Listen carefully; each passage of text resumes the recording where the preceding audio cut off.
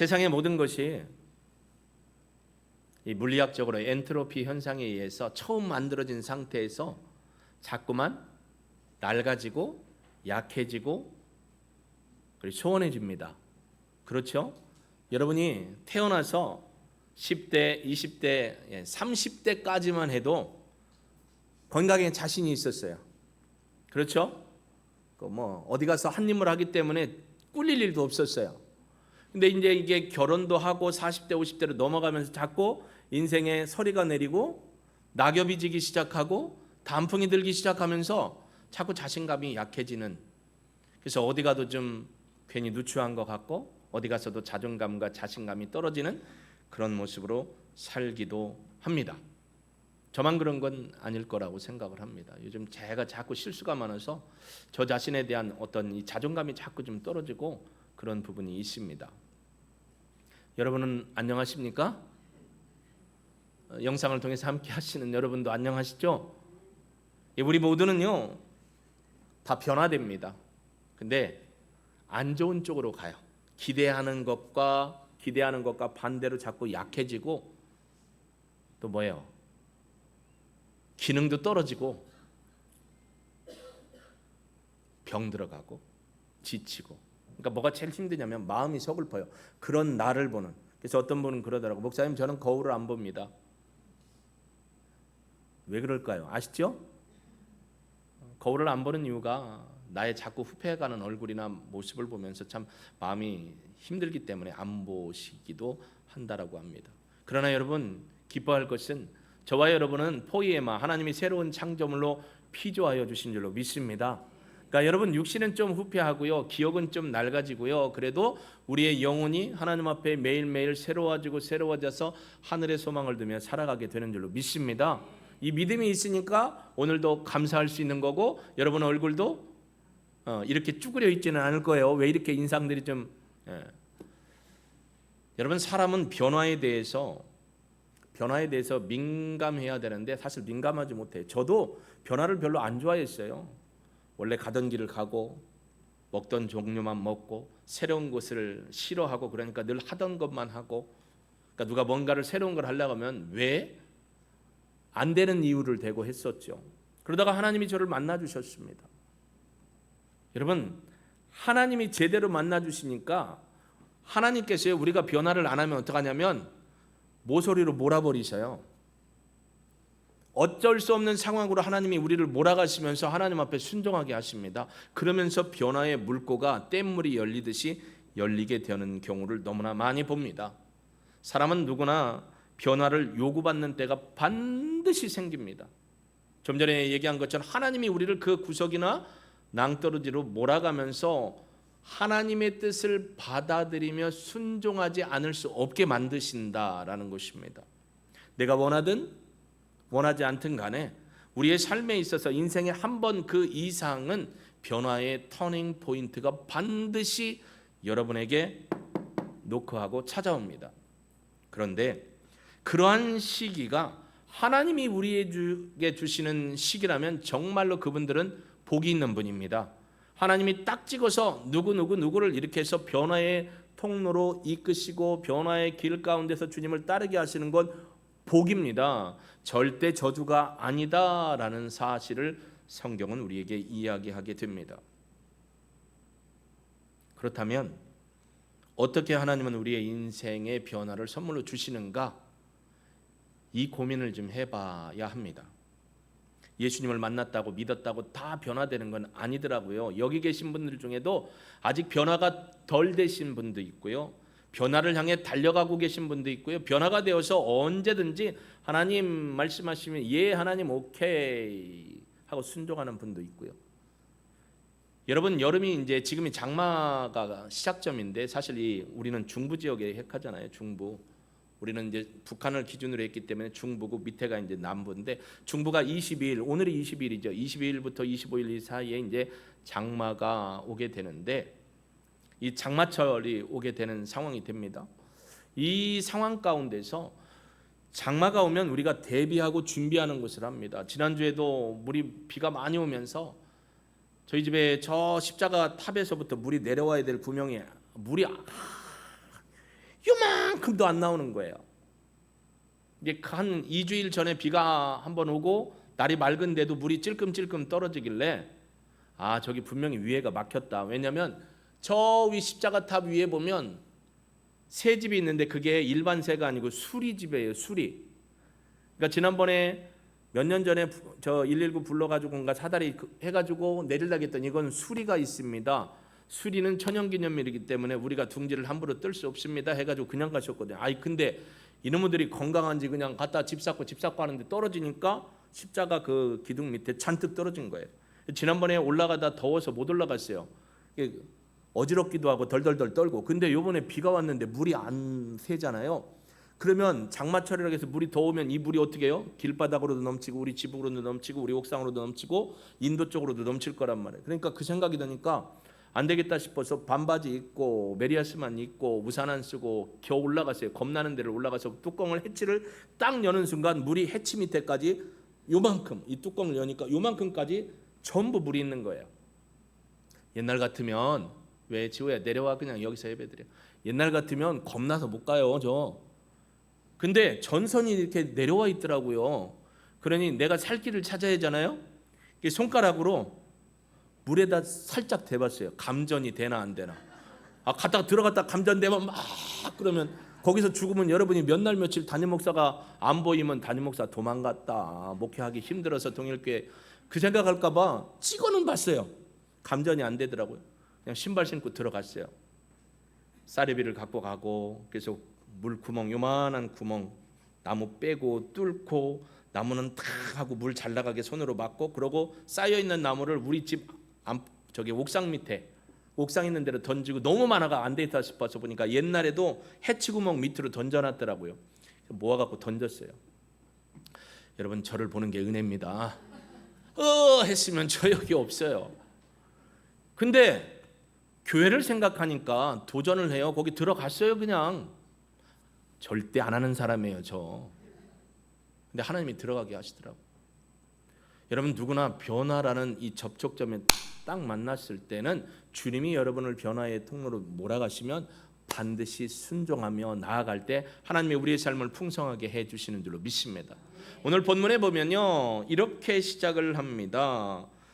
17절에 예수에 대한 이 소문이 온 유대와 사방에 두루 퍼지니라. 이게 뭐냐면 17장 1절부터 보면 백부장의 종을 치료하셨어요. 그리고 11절부터 보면 나인성 과부의 아들, 관에 실려가는 아들을, 죽은 아들을 예수님이 고치셨더니 이 소문이 온 유대와 사마리아, 그러니까 전 갈릴리 지역에 소문이 쫙 났습니다. 이 소문을 들었고요. 18절에 요한의 제자들이 이 모든 일을 그에게 알리니, 자 보세요.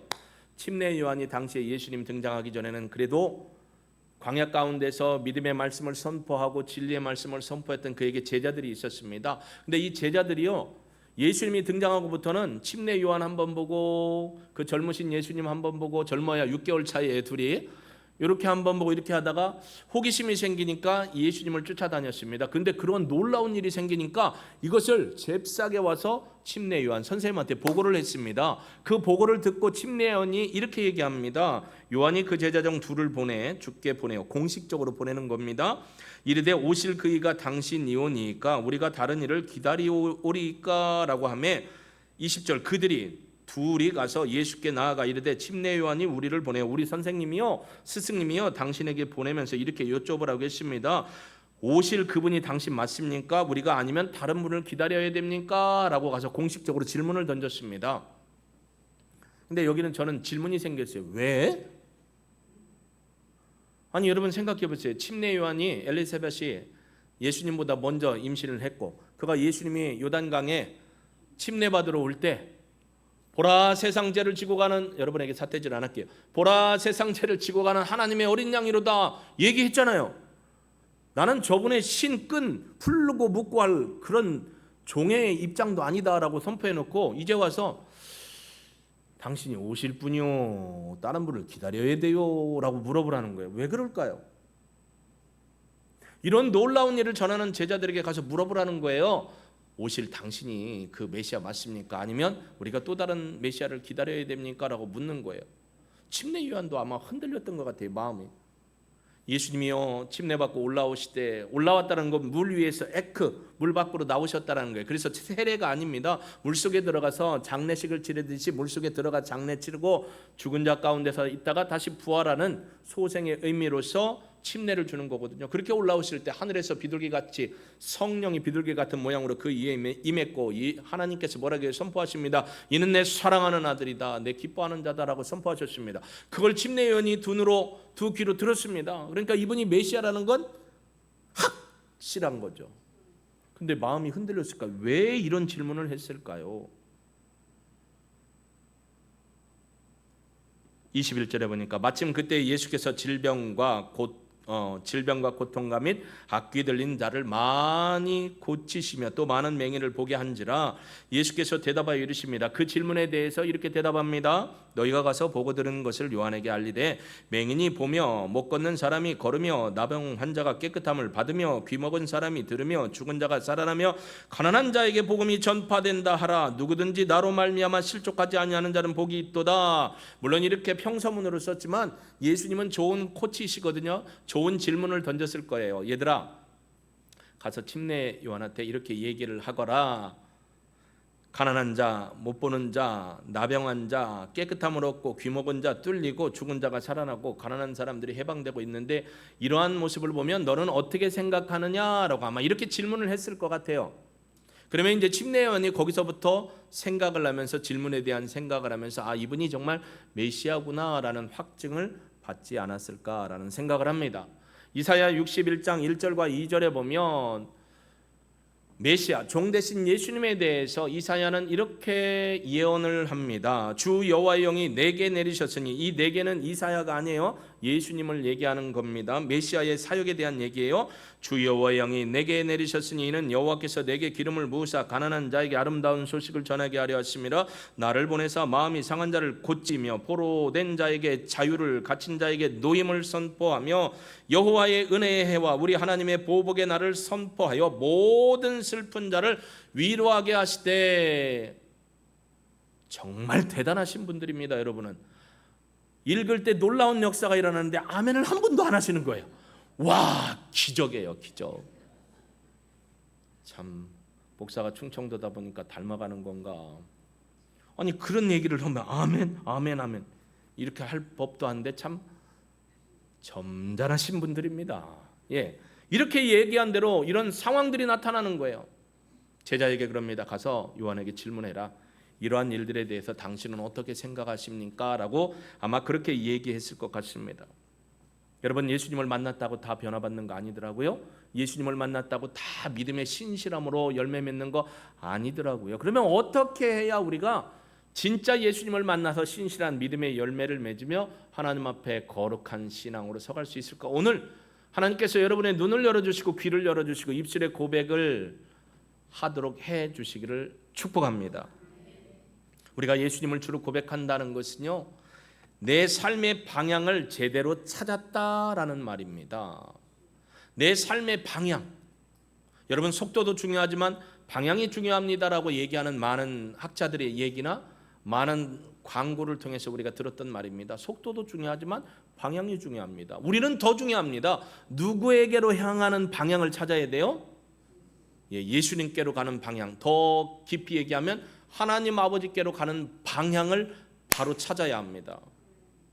사도 바울도 그랬죠. 향방 없는 것이 뛰어다녀도 안 된다. 아무리 열심히 있다고. 아들아, 마당에 쓰레기가 많구나. 마당 좀 쓸어서 쓰레기 좀 모아라 했더니 마당을 열심히 쓸었는데 쓰레기가 그대로 있으면 아버지가 뭐라고 할까요? 그놈 참 빗자루질 잘했네 라고 하시겠죠. 여러분, 온전한 방향을 찾아야 하는 것입니다. 예수님을 안다고 하는 것은요, 이 혼탁한 세상 가운데에서 죄와 어둠의 죽음의 권세가 우리를 둘러싼 상황에서도 우리가 나아가야 할 방향, 우리가 들어야 되고 바라봐야 할 방향, 그 방향을 바라보고 나아갈 때 우리는 흔들리지 않고 견고하게 서게 되는 줄로 믿습니다. 세상이 너무 혼탁합니다. 세상의 난리와 난리, 전쟁의 소문들은 더 일어나고 있습니다. 이러한 상황 속에서 여러분의 눈과 귀는 누구에게 초점을 맞춰야 될까요? 예수님, 하나님을 향해 그 방향을 나아가야 할 것입니다. 여러분, 하나님께서 우리에게 이사야서를 통해서 말씀하실 때 너희가 하나님의 그 길, 때레크가 길입니다. 하나님이 주신 길, 말씀의 길, 율례의 길, 하나님이 우리에게 인도해 주시는 그 길로 온전히 가라고 선포합니다. 이사야가 말하는 때레크가 뭐냐면 하나님이 주신 말씀의 길, 하나님이 우리에게 주신 언약의 길, 그 길 위에 서서 그대로 순종해 오면 하나님이 너를 보호하시고 인도해 주신다. 그 약속한 것을 이루신다라고 말씀하셨습니다. 그러면 우리는 어떻게 하면 돼요? 그 길 위에만 서서 어떻게 하면 돼요? 그 길 위로 가면 됩니다. 어느 학자나 강사가 그러더라고요. 길 위에서 길을 묻다. 여러분, 우리는 하나님이 주신 때레크의 길, 다윗이 걸어갔던 그 길 위에서 주님 앞에 붙고 그 길만 따라가면 됩니다. 그런데 이 길로 가는데 자꾸 옆에서 사부작 유혹하는 말이 나오거나 세상의 가치와 세상의 잡다한 우상들이 우리를 불러대면 우리가 어떻게 하면 돼요? 눈을 이렇게 앞만 보고 가면 되는데, 너만 보인단 말이야 하면서 주님만 바라보면 되는데 귀가 자꾸 열리면서 눈이 어떻게 돼요? 눈이 자꾸 물론 이렇게 벌어졌다가 이렇게 가죠. 이게 문제라는 거예요. 우리에게 주신 길은, 여러분, 주님이 요한복음 10장에서 주님이 우리를 향해 나는 선한 목자라겠어요. 목자와 양과의 관계는, 양은 목자의 무엇을 듣고 가면 돼요? 음성을 듣고 가면 됩니다. 주님이 주신 말씀 따라가면 됩니다. 그런데 이 말씀, 음성을 귀로 듣고 눈으로 주님의 형상을 따라 가면 되는데 자꾸 세상의 것과 세상의 가치들이 내 귀에 들리고 내 눈에 얼룩얼룩하면서 우리의 믿음을 흐리게 하고 우리의 신앙을 흔들리게 하면 이 때레크의 길에서 자꾸 우리도 벗어나게 됩니다. 탈선하게 됩니다. 그러면 어떻게 될까요? 내 삶의 방향을 잃어버리는 거죠. 방향을 잃으면 비행기도 위험합니다. 배도 위험합니다. 기차도요, 이 레일에서 탈선을 하면 위험합니다. 신앙인도 마찬가지예요. 주님이 주신 그 때레크의 그 길, 믿음의 길의 방향을 온전히 가지 못하고 길에서 탈선을 하면 위험천만한 일들이 너무나 많이 도사리고 있습니다. 그래서 우리는 스스로에게 고백을 해야 돼요. 나의 정체성은 예수 그리스도를 믿는 그리스도인 하나님의 자녀다라는 분명한 정체성을 고백하며 살아가야 하는 것이죠. 여러분 주변에 있는 분들은 여러분이 이미 예수 그리스도를 믿고 하나님 믿고 예배 드리러 가는 사람이라는 걸 다 아실 거예요. 그러니까 여러분이 나가서 살아갈 때 예수 그리스도의 정체성을 잃어버리고 살면 말이나 생각이나 행실이 자꾸 흐트러지면 사람들이 보고 뭐라고 하냐면 너 예수 믿는 사람 맞니? 라고 물어보게 되죠. 서울말로 맞니? 라고 물어봐요. 그러면 여러분 뭐라고 하실 거예요? 글쎄? 라고 대답하실 거예요? 아니 나 맞는데? 당당해야 되는데 흐려지는 겁니다. 여러분 분명한 겁니다. 여러분에게 예수님은 누구십니까? 찬송가에도 보면요 그런 찬양이 있습니다. 귀하신 친구 내게 계시니.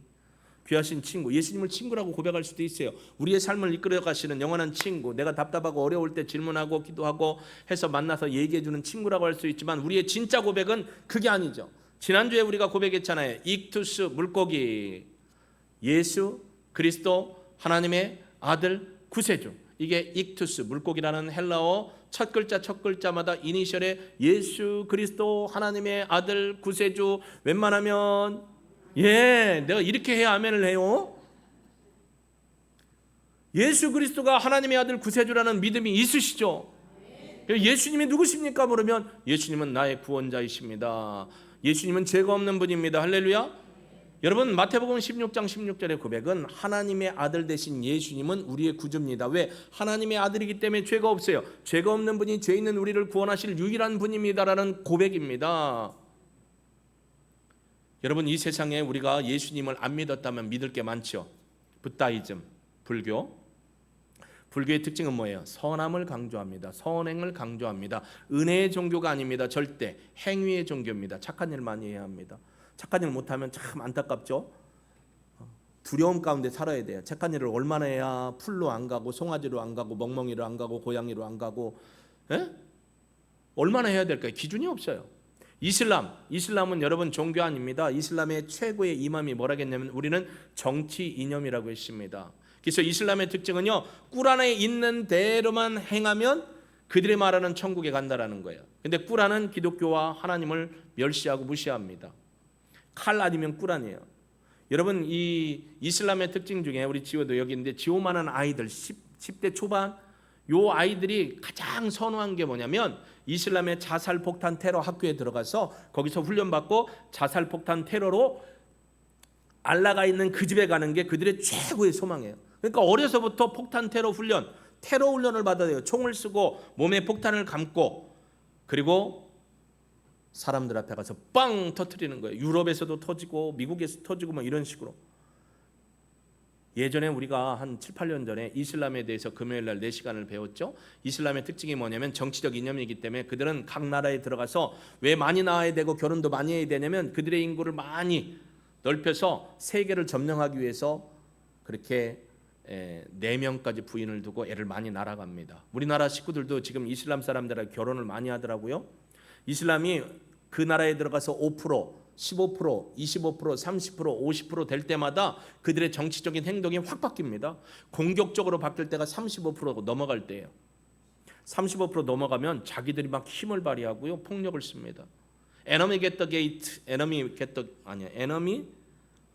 at the gate죠. 그러니까 그 문 앞에 있는 적이라는 건데, 그 영화에 보면 미군들이, 연합군들이 이제 그 아랍 땅에 가 있습니다. 그래서 그들을 지휘하고 안정을 찾아주는데, 어떤 꼬마 아이가, 이슬람 아이죠, 이렇게 옷을 입고 나왔습니다. 그의 두루마리 옷 있잖아요, 통옷 입고 항복하는 것처럼 이렇게 나왔습니다. 이제 앞에 부대 병사들도 있고 그럽니다. 그러니까 위에서 이제 분대장하고 병사들이 그럽니다. 애기입니다. 쏴야 됩니까? 말아야 됩니까? 쏘면 안 된다. 국제적으로 우리가 큰 위협을 당한다. 저 어린 아이가 뭐가 있다고 쏘느냐? 쏘면 안 된다. 아닙니다. 쟤네들은 다 무기를 갖고 있고 소장하고 있기 때문에 어떤 일이 일어날지 모릅니다. 쏘면 안 됩니다. 그러는 상황에 이 아이가 군인들 앞에 이렇게 있고 초소 같은 데 있고 그러죠. 그러다가 이 아이가 팡 하고 터졌습니다. 10대도 어린 아이예요. 초등학교 한 4, 5학년 정도 되는 아이예요. 그 아이가 자살폭탄 터뜨린 겁니다. 여러분, 이슬람 믿을 게 못 됩니다. 그들은 그들의 힘을 의지하는 정치 이념이기 때문에. 샤머니즘, 토테미즘, 우리를 영원한 자리로 인도할 존재는 아무도 없습니다. 우리가 오직 따라가야 될 분이 누구냐? 예수 그리스도 하나님의 아들 구세주밖에 없는 줄로 믿습니다. 그러면 우리가 왜 예수님을 따라가고 믿어야 됩니까? 좀 전에 얘기했죠. 우리를 죄에서 구원해 주실 분은 누구밖에 없다? 예수님밖에 없네. 할렐루야. 예수님밖에 없어요. 그럼 우리가 예수님을 왜 따라야 합니까? 그분이 명령했어요. 그분이 우리의 스승이시잖아요. 스승은 제자들에게 명령하고 제자들은 스승의 가치를 따라 순종하게 됩니다. 그 명령한 사명을 끝까지 이루기까지 따라가는 겁니다. 어떻게 예수님을 따라가야 될까요? 그분이 보여주신 삶의 모습대로 인격, 사역, 능력, 행동, 그분이 보여주신 사람과 섬김과 예배와 하나님을 높여 영화롭게 하는 모든 것들을 우리가 그 모습대로 예수님을 따라 믿음의 삶을 살면 그게 예수님을 따라가는 것이 되는 것이죠.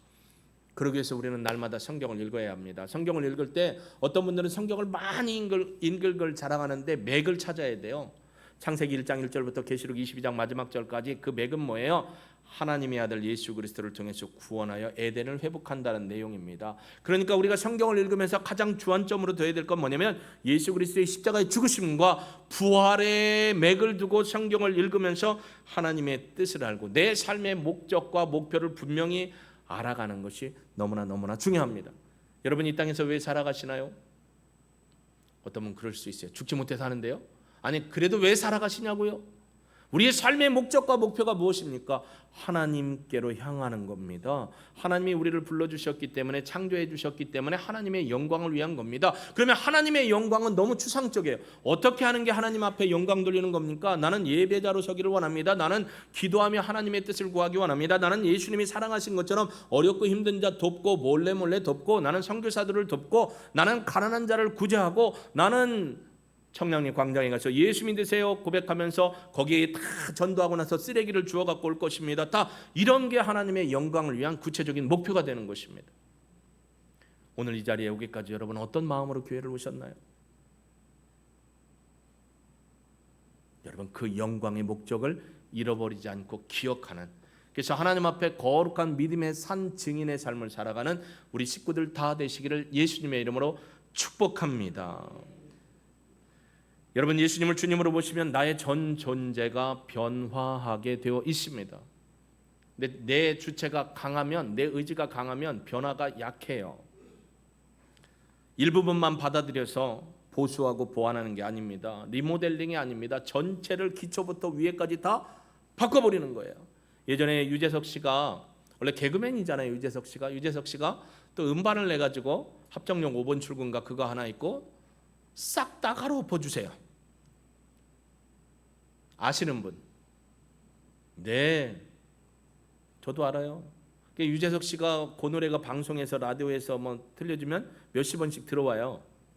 작곡은 자기가 안 했으니까 작곡가 작사가가 더 많이 가져가죠. 노래를 불렀으니까. 싹 다 갈아엎어 주세요. 오늘날 이 시대에 정말로 싹 다 갈아엎는 사람이 있습니다. 머리부터 발끝까지 그냥 그 오빠한테 가서 싹 다 갈아엎어 오시는 분도 있고 부분적으로 갈아엎는 분도 있어요. 이걸 얘기하는 게 아니에요. 예수 그리스도를 믿으면 우리의 삶 전체의 기반을 싹 다 예수님께로 바꿔타는 거예요. 그런 믿음에 확신이 있어야 되는 겁니다. 의식과 의지만 변하는 게 아닙니다. 아예 삶의 주체를 나에서 누구에게로 바꿔버리냐면 예수님께로 싹 다 바꿔버리는 겁니다. 그림 한번 보여주실까요? 우리 사형리 여러분 잘 아시죠? 사형리를 보면 사형리 안에 육체의 사람이 있고 육신의 사람이 있고 영의 사람이 있습니다. 육체의 사람은 예수님과 관계가 없습니다. 영의 사람과 육신의 사람이 있는데 여러분이 보실 때 왼쪽 잘 보세요. 동그라미는 내 인생입니다. 그 안에 작은 동그라미는 내 일상에서 일어날 수 있는 크고 작은 일들입니다. 마음 중심의 의자는 인생의 왕자, 주인이 앉는 의자입니다. 근데 왼쪽의 그림을 보니까 누가 의자의 중심에 있냐면 나.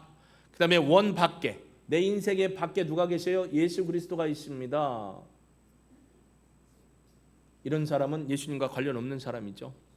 근데 이 중간에 하나 더 그리면 동그라미 큰 원 안에 십자가는 들어와 있는데 의자의 중심에 나는 있습니다. 저 왼쪽의 사람은 육체의 사람, 예수님과 관계없어요. 내 인생 예수님하고 전혀 별개 없어요. 근데 중간에 원을 하나 더 넣는다면 큰 원 안에 의자에 내가 있고 그 원 안에 예수님이 있으면 내가 예수님을 믿긴 믿는데 모든 생각과 모든 가치와 모든 결정과 모든 행함의 기준은 다 나의 것이에요. 그러니까 내가 주인이 된 거예요. 마지막 오른쪽에 있는 그림은 뭐예요? 인생 안에 마음 중심에 예수님이 계시고 나는 예수님 밑에 와 있습니다. 이게 인생의 주체를 확 싹 다 갈아엎어 버린 거예요. 이게 오른쪽 그림이 인생의 주체를 예수님으로 섬기고 사는 거예요. 주님 어찌할까요? 주님 어찌할까요? 한동대에 가서도 젊은이들에게 다윗의 기도의 모습을 보여주면서 다윗은 이렇게 하나님 앞에 묻고 듣고 순종하며 살았습니다. 여러분, 이 젊은이들 지금 나아갈 방향이 너무 힘들고 어렵고 인생 가운데 고통도 많고 문제도 많이 있죠. 어떻게 취업을 하고 어떻게 결혼을 해야 될지 말아야 될지 인생의 자락에 누워있죠. 다윗처럼 한번 주님 앞에 묻고 듣고 순종해 보십시오. 바로 그런 말씀을 전했습니다. 여러분, 우리의 모든 인생을 주님 앞에 의탁하고 내 의지와 의식과 가치와 삶의 패턴과 모든 것들을 주님 어찌할까요? 주님 인도하옵소서라고 묻는 내 삶의 모든 주체가 예수님입니다 라고 고백하는 그런 인생의 주인공이 바로 여러분이 되시기를 예수님의 이름으로 축복합니다. 예수님이 내 삶에 실제하시나요? 여러분 삶에 예수님이 실제 말씀하시고 인도하시고 깨닫게 하시고 이끌어 주시고 공급해 주심을 믿으십니까? 그럼 복된 삶을 사시는 분입니다. 모든 일에 주님의 구원을 경험하고 또 보지 못했던 것을 보게 되고 듣지 못했던 것을 듣게 되고 하나님의 성령에 충만해서 하나님의 은혜에 주님이 나의 주인이십니다 고백하고 사는 사람들은요, 눈이 열립니다. 영안의 것을 봅니다. 귀가 열립니다. 하나님의 진리의 말씀을 읽을 때 들리기 시작합니다. 주저앉은 자리에서 일어날 믿음의 힘과 용기를 얻게 되는 것입니다. 깨끗해집니다. 회복됩니다. 주님이 새 힘을 주십니다. 그래서 포이에마, 새로운 피조물, 완전히 예수로 확 바뀐 사람을 새로운 피조물, 포이에마라고 헬라어는 얘기합니다. 지금도 어쩌면 변화를 싫어하는 분이 계실 거예요. 예배 순서 하나 바뀌는 것도 싫어하고 또 메시지의 패턴도 바뀌는 걸 싫어하고 우리의 삶에 하던 것만 하려고 하는 분도 많이 있을 것입니다. 제가 그런 삶을 살았습니다. 근 38, 39까지 그런 삶을 살았습니다. 저는 갔던 길로만 가야 돼요. 하던 대로만 해야 돼. 누가 새로운 거라면 안 되는 방법을 얘기합니다. 왜? 왜? 꼭 그렇게 해야 돼? 싫어했으니까. 싫어하면 안 하면 되는데 꼭 남이 못하게 만들려고 하는 사람 중에 한 사람이 저였습니다. 하나님께서 저에게 만남을 주시고요. 저는 모태신앙이었습니다. 엄마 뱃속에서부터 교회를 다녔죠. 우리 외할머니는 감리교 권사님이셨습니다. 믿지 않는 남편한테 어떻게 시집을 오셔가지고 아기들 낳습니다. 엄마 뱃속에서부터 다녔습니다. 그때 이제 아버지가 변화받았으니까 엄마 뱃속에 같이 제 지금 핸드폰에도 옛날 사진, 교회 사진에서 이렇게 빵모자 쓰고 찍은 것도 많습니다. 그러다가 고등학교 2학년 때 예수님을 진짜 만났습니다. 고등학교 2학년 철야 예배 때 여러분이 늘 들었던 거죠. 예수님을 만났습니다. 그래도 삶이 그렇게 변화되지 않았어요. 하던 대로 하고 내가 좋은 방식대로 하고 아니면 아닌 거고 내가 원하는 대로 가면 좋은 거고 내가 원하는 방식대로 안 됐는데 뭐가 됐으면 그런가 보다. 한번 같이 해보실래요? 고개를 흔들면서 입으로 고백합니다. 그런가 보다. 시작. 그런가 보다. 나하고는 관련이 없다라고 생각했죠. 근데 목회를 하다 보니까 양심이 찔리는 거예요. 말씀을 모르면서 말씀을 전해야 되는 안타까움에 나 스스로가 괴로운 거예요. 하나님 어찌할까요? 집사람하고 저하고 신방권사님이었던 두 분과 우리 교부였으니까 기도하다가 주님이 창세기 12장 1, 2, 3절 말씀을 네 명에게 똑같이 주면서 결단을 하고 그래서 인생 다 내려놓고 제주 열방대학 YM에 가서 훈련을 받기 시작했습니다. 렉처 기간 16저 기간 동안 하나님 아버지의 마음이라는 렉처를 듣는데요. 와, 우리 집사람이 저의 성질을 잘 알죠. 저는 좀 냉혹한 데가 있어요. 아니면 아니다고 정도 안 줘요. 근데 정을 많이 주는 사람한테는 많이 주는데 아니다 싶으면 딱 선을 긋습니다. 그 눈물 잘 안 흘렸던 사람이에요. 우리 집사람이 바늘로 찔려도 눈물 한 번, 피는 나오지. 바늘로 찔러도 피는 나오지. 눈물 한 번 안 흘릴 인간이다. 저한테 얘기를 했어요. 근데 그 렉처 하나님 아버지의 마음에 강의를 듣고 내 마음을 하나님 앞에 드리는데 하나님이 강의 듣는 순간에 기도하는데 하나님이요 그 기도 가운데 하나님이 영상으로 보여주신 거예요. 이미지로. 이건 저한테만 준 거고 여러분한테도 그런 현상이 있을 수 있지만 하나님이 저를 불쑥 들어갔고 손을 잡고 그냥 슈퍼맨처럼 날아다니는 거예요. 온 땅과 하늘 밖 온 우주까지 날아다니면서 보여주시는 거예요. 그러면서 내가 너와 이 모든 것을 함께 하기를 원한다. 내가 너를 택했다라고 말씀을 주시는데 귀로 막 하나님의 음성이 들리는 거예요. 그러니까 마음의 소리가 들리는 거죠. 내가 너에게 이 모든 것을 보여주고 너와 함께 하겠습니다. 내가 너를 통해서 이 모든 것들을 공유하고 나누고 싶다라는 말씀을 주는데 그림으로는 머릿속엔 그림으로 막 그게 우주를 날아다니면서 보는 거예요. 위에서부터. 나와 함께 하지 않으련이라는 주님의 마지막 질문이 있었습니다.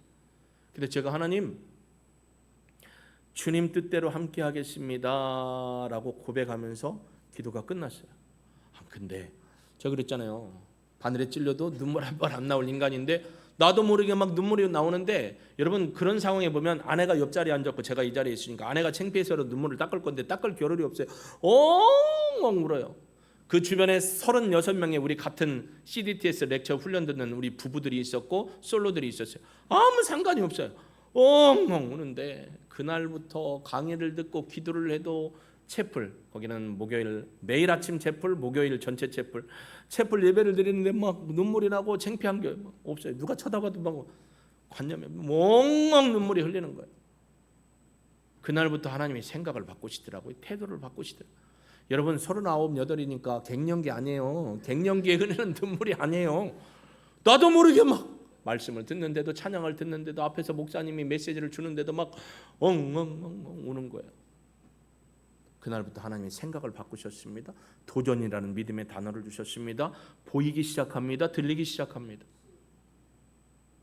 여러분 이런 경험들이 저만 있는 건 아니잖아요. 여러분이 이미 다 누리셨고 앞으로도 계속 누리게 될 줄로 믿습니다. 하나님이 내 인생의 주체가 되시면 주님이 나의 주인이 되시면 바뀝니다. 사모하십시오. 하나님이 여러분을 사용하시기 원합니다. 여러분과 함께 하시기를 원합니다. 이 기회를 놓치지 않게 되기를 예수님의 이름으로 축복합니다. 예수님을 믿는다는 것은요 여러분 그분의 모든 것을 믿는 거예요. 그분이 하신 말씀도 믿고. 생각해 보세요. 그분을 믿으니까 그분이 하신 말씀이 믿어지는 거죠. 그분이 안 믿어지면 그분이 하는 말이 이게 공갈일까 진짜일까 고민되죠. 근데 믿으니까 들리는 거잖아요. 예수님 하나님이 하신 모든 일을 믿음으로 받으니까 그분이 하신 모든 말과 행하신 일과 능력과 사역의 모든 것들이 다 내 마음에 믿음으로 다가옵니다. 이게 바로 예수님을 믿음으로 삶의 혁명이 일어나는 겁니다. 예전에는 믿지 않았는데, 예전에는 의심했는데 이게 그냥 믿음으로 다가옵니다. 남자 없이 예수님이 태어났대. 그냥 믿어집니다. 믿으라고 막 귓구멍에다 쑤셔놓고 막 논리와 이성을 대고 믿으라는 게 아니에요. 그냥 믿어지는 걸 어떻게 해요? 예수님이 우리를 왜 십자가에 달려 돌아가셨대요? 내가 눈으로 안 봤는데 어떻게 알아? 믿어지더라니까요. 공감하시는 분은 고백하시잖아요. 그분의 존재와 그분의 권위와 그분의 행하신 모든 일과 능력의 행함들, 치료하심과 구원해 주심과 약속을 이루어 주심과 모든 것들이 하나님이 예수를 통해 하신 것들이 그냥 줄줄이 비엔나 소세지처럼 믿어지는 거예요. 그러니까 내가 믿으려고 하는 게 아니고요. 내 안에 계신 주님이 주인이 되시니까 믿음을 주심으로 믿어지더라 이겁니다. 예수님은 하나님 나라를 위해 이 땅에 오셨습니다. 그리고 오늘 복음이 전파되더라 라고 요한의 제자들에게 선포하셨습니다. 여러분 십자가를 지시고 부활하셨습니다. 그분이 다시 오실 것을 여러분은 믿으시죠? 하늘의 시민권이 우리에게 이미 주어졌다고 했습니다. 우리를 찾아오신다고 했습니다. 나사로가 살아난 건 부활이에요? 소생이에요? 소생이죠. 왜? 육신의 몸과 뼈를 가지고 했으니까 하늘의 형상으로 다시 살아난 게 아니니까 소생이죠. 그러나 예수님은 소생이 아니라 부활하셨어요. 하늘의 형체와 하늘의 모든 것으로 준비되어 부활하셨습니다. 근데 우리도 그렇게 부활할 줄로 믿습니다. 그러니까 부활하려면 반드시 일어날 사건이 뭐냐면 예수님이 다시 오셔야 됩니다. 오시라 갈까요 말까요? 내가 뭐 그렇게 한다고 되나요? 예수님은 본인이 오시고 싶을 때 오시는 거예요. 한 영혼이라도 더 하나님 앞에 구원받기 위해 기다리시는 아버지의 마음, 주님의 마음을 우리가 알아야 될 때 우리 가족을 주께로 뜨거운 눈물로 인도할 수 있고 이웃들에게 예수님이 살아계신 주님이고 죄 없는 분으로 우리 죄를 용서해 주셨습니다 선포할 수 있는 줄로 믿습니다. 거룩한 영인 성령이 우리 안에 계시면 임마누엘의 은혜로 말미암아서 우리가 기뻐합니다. 자잘한 아픔도 있고 어려움도 있습니다. 여기에 계실 분들은 이제 오후 예배 함께 하실 분도 계시니까 오후 예배 보면 바울이 그럽니다. 디모데전서 6장 6절 7절 8절 중에 7절에 우리는 알몸으로 나왔으니 알몸으로 갈 것이다. 아무것도 가지고 온 것이 없다. 그러니까 우리가 가지고 있고 소유하고 있는 게 우리의 행복이 아니다. 우리의 행복과 경건의 이익과 기쁨은 뭐냐면 주님이 우리와 함께 하십니다 라고 선포합니다. 주님 때문에 행복한 거지 집에 금덩어리가 있어갖고 금덩어리 같은 것도 없네. 아이고 이놈의 금 때문에 내 마음이 참 행복해 해놓고 또 장롱 깊은 곳에 쑤셔놓고 저녁 때 또 들어와가지고 아이고 이놈의 금 자리 있었네. 이런 기쁨이 아니라는 거예요. 할렐루야. 여러분 자체가 금인데 하나님 앞에 금보다도 더 귀한 분인데 그러니까 여러분 때문에 딴 사람이 기뻐하게 되기를 주의 이름으로 축복합니다. 우리는 하나님의 거룩한 자녀입니다. 하나님의 거룩한 자녀이기에 하나님과 함께하는 것이 기쁨이고 행복입니다. 거칠은 들에 있어도 질곡 가운데 있고 아픔 가운데 있고 되는 일이 하나도 없어도 여러분의 분명한 것은 여러분의 이름표에 예수님 것. 그래서 5글자로 뭐라고 해요? 그렇죠. 예수님 짜리. 여러분 얼마짜리? 믿으세요? 예수님 거라는 거예요. 그러니까 얼마나 감사해. 그거 하나만도 감사하잖아요. 그러니까 지금 덤으로 사는 거예요. 덤으로 살아도 행복하지 않습니까? 감사한 겁니다. 제가 변호받기 전에는요. 손을 보세요. 긁어모으기 좋은 손인데 손이 작아요. 긁어모으기 좋은 손이에요. 그래서 아내 몰래 결혼을 하고도 아내 몰래 꽁돈이 생기면 이렇게 모아놔요. 그래놓고 이렇게 뒤다봐요.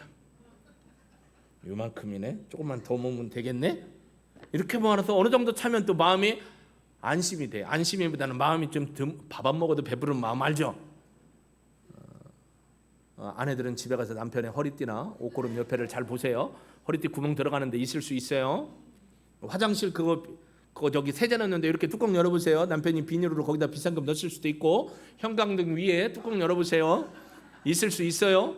거기에 있는 남편의 비상금이 있으면 행복해요. 근데 꼭 하나님이 우리 집사람을 통해서, 여보, 이번에 어떤 분이 어떤 일이 있는데 참 돕고 싶은데 돈이 없네. 그러면 그게 흔들려요. 그래서 그거를 옛날에는 안 줬어요. 근데 그 눈물 사건 이후로 그러면 야, 기가 막히다. 하나님은 왜 어떻게 나한테 얘기를 안 하고 당신한테 얘기했냐, 이거 갖다가 드려. 어떤 목사님이 개척을 한대요. 둘이 이렇게 얼굴 보고, 여보, 먼저 얘기. 아니야, 당신이 먼저 얘기. 같이 얘기해 볼까? 그거 아니야? 맞아. 얼마래? 줘. 근데 하나도 안 아까운 거예요. 그냥 하나님이 준비시켰다가 주는 거예요. 예전에 어떤 권사님이, 목사님, 제가 한 달에 얼마씩 선교원금을 드릴 테니까 목사님이 필요한 선교사님이나 어려운 목회자들 도와주세요. 주셔요. 그러면 이걸 가만히 모으고 있다가, 하나님 누구에게 흘러가야 합니까? 누구에게 흘러갑니까? 기도하기도 하고, 때로는 미리 알려주셔요. 그래서 이게 오면 그대로 가요. 그럼 저는 전하는 통로만 되는 거예요. 근데 여러분, 전하는 통로만 돼도 기쁘더라고요. 어떤 때는 내 거 보태서 주기도 하지만. 잘 보세요. 지금 비가 많이 왔어요. 팔당 때문에 댐의 수위가 올라갔겠죠. 수위 조절한다고 어떻게 해야 될까요? 수문을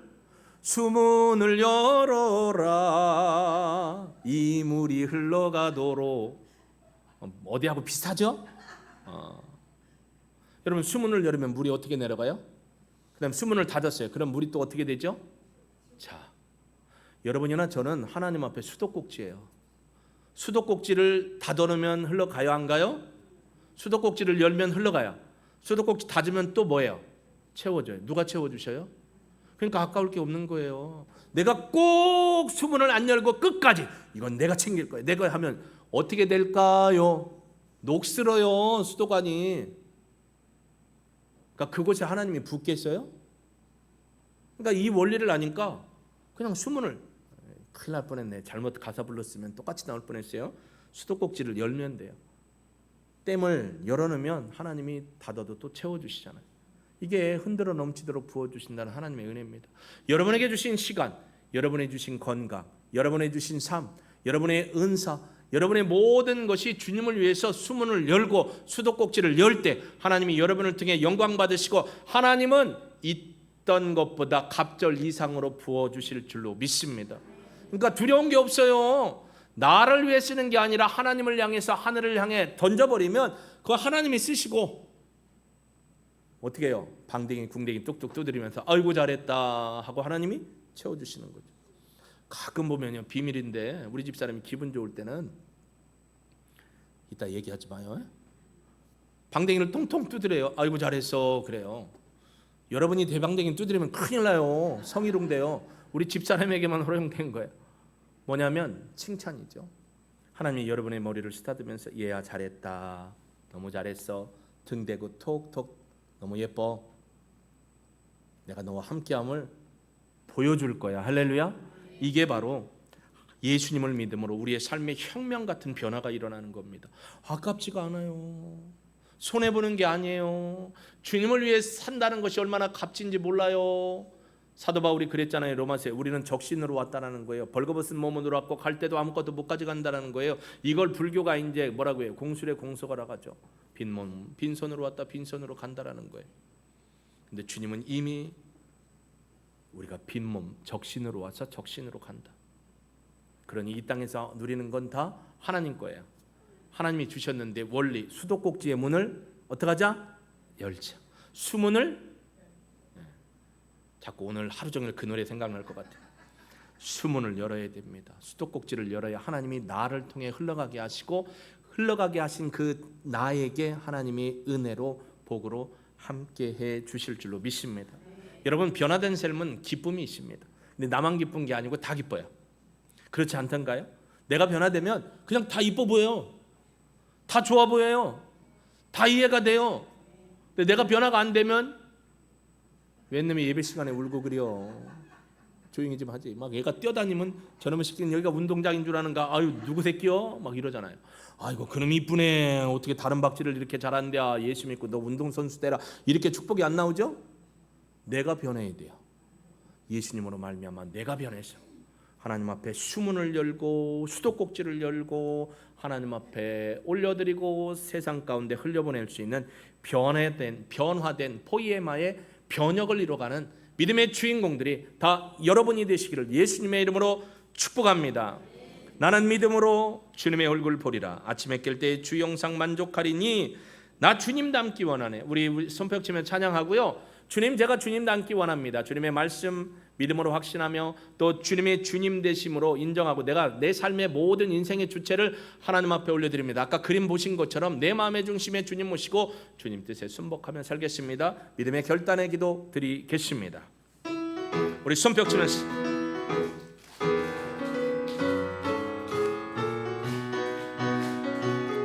박수도 예쁘게 가볍게 쳐보세요. 나는 믿음으로 주 얼굴 보리니 아침에 깰 때에 주 영상에 만족하리. 나 주님 닮기